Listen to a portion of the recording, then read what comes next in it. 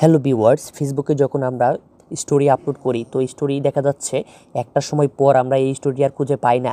তো আমরা আজকের এই ভিডিওতে আপনাদেরকে দেখিয়ে দেবো, আপনারা যদি 3 বছর আগে 2 বছর আগে যদি কোনো স্টোরি দিয়ে থাকেন আপনাদের ফেসবুকে, এই স্টোরি হতে পারে ছবি অথবা ভিডিও। তো এই ছবি অথবা ভিডিও কীভাবে আপনারা খুঁজে পাবেন, স্টোরি থেকে কীভাবে ডাউনলোড করবেন, আজকের ভিডিওতে আপনাদেরকে আমি প্রথম থেকে শেষ পর্যন্ত দেখিয়ে দেবো কীভাবে আপনারা ফেসবুক থেকে যে স্টোরিটা আপনারা আপলোড করেছেন এই স্টোরি পিকচার অথবা ভিডিও কীভাবে ডাউনলোড করবেন। তো বেশি কথা না বলে চলুন দেখিয়ে দিই। সো ভিউয়ার্স, ফেসবুকে যে আমরা স্টোরিগুলো আপলোড করেছি এই স্টোরিগুলো দেখতে হলে প্রথমে আমাদেরকে ফেসবুক অ্যাপটি ওপেন করতে হবে। তো ফেসবুক অ্যাপটি ওপেন করার পরে আমরা কী করব, আমরা সবার উপরে একটি অপশন পাবো, এই থ্রি ডট একটি অপশন পাবো, জাস্ট এই অপশনটিতে ক্লিক করব। থ্রি ডট অপশনটিতে ক্লিক করার পরে আপনারা কী করবেন, একটু স্ক্রল করবেন, স্ক্রল করে এখানে একটা অপশন পাবেন সেটিং অ্যান্ড প্রাইভেসি। তো সেটিং অ্যান্ড প্রাইভেসির মধ্যে জাস্ট ক্লিক করবেন। তো আমি এখানে জাস্ট ক্লিক করলাম। তো এখানে ক্লিক করার পরে আপনাদের সামনে এরকম একটি অপশন শো করবে। শো করার পর আপনারা কী করবেন, আপনারা জাস্ট এখানে সেটিং অপশনে ক্লিক করবেন। তো আমি জাস্ট এই সেটিং অপশনে ক্লিক করলাম।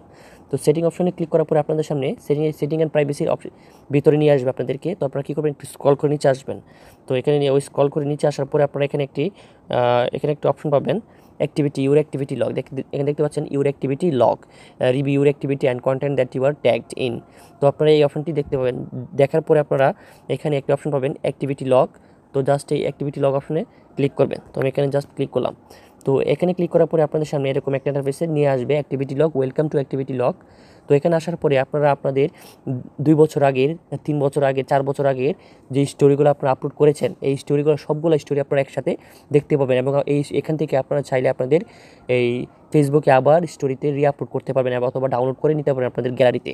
তো এই মেমোরিগুলো দেখতে হলে আপনাদেরকে এই আর্কাইভ একটি অপশন পাবেন, আপনারা জাস্ট এই আর্কাইভ অপশনে জাস্ট ক্লিক করবেন। তো আমি এখানে জাস্ট ক্লিক করলাম। তো এখানে ক্লিক করার পরে আপনারা দেখতে পাচ্ছেন এখানে ওয়েলকাম টু আর্কাইভ অপশন আসছে। আপনারা জাস্ট এখানে উপরে একটি অপশন পাবেন স্টোরি আর্কাইভ, দেখতে পাচ্ছেন স্টোরি আর্কাইভ অপশনটিতে জাস্ট ক্লিক করবেন। তো আমি এখানে জাস্ট ক্লিক করলাম। তো এখানে ক্লিক করে দেওয়ার পরে দেখতে পাচ্ছেন আমার এখানে যত স্টোরি আছে সবগুলো স্টোরি একসাথে এখানে দেখাচ্ছে। তো সবগুলো স্টোরি এখানে কিন্তু দেখাচ্ছে।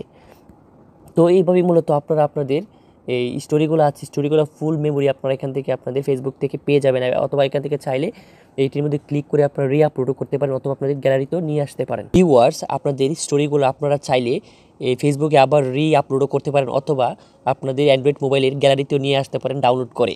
তো আপনাদেরকে দেখাচ্ছি কীভাবে আপনারা রিআপলোড অথবা ডাউনলোড করবেন। দেখেন আমার এখানে একটি পিকচার আছে। তো এই ফুলের পিকচারটা জাস্ট আমি এখানে ক্লিক করব। তো আমি এখানে জাস্ট ক্লিক করলাম। ক্লিক করার পরে আপনারা দেখতে পাচ্ছেন এখানে একটা অপশন আছে থ্রি ডট, এখানে জাস্ট ক্লিক করবেন। তো এখানে ক্লিক করার পরে আপনারা এখানে 3টা অপশন পাবেন। একটি হচ্ছে ডিলিট ফটো, এখান থেকে আপনারা চাইলে এটি ডিলিট করে দিতে পারেন। এখানে হচ্ছে সেভ ফটো, আপনারা চাইলে এটি সেভ করে আপনাদের গ্যালারিতে নিয়ে আসতে পারেন। Something went wrong. তো আপনারা আপনারা চাইলে এখান থেকে সেভ ফটোতে ক্লিক করে আপনারা এই ছবিটি আপনাদের গ্যালারিতে নিয়ে আসতে পারেন মাত্র 1 সেকেন্ডের মাধ্যমে। তো আমি জাস্ট এখানে সেভ ফটোতে ক্লিক করব। তো সেভ ফটোতে ক্লিক করার পরে দেখতে আমার এখানে সেভ হয়ে গেছে। তো ভিউয়ার্স, আপনারা এইভাবেই মূলত ফেসবুকের স্টোরিগুলা আপনারা চাইলে আপনাদের গ্যালারিতে ডাউনলোড করতে পারেন অথবা আপনাদের ফেসবুকে আবার রিআপলোড করতে পারেন গ্যালারির মাধ্যমে ডাউনলোড করে।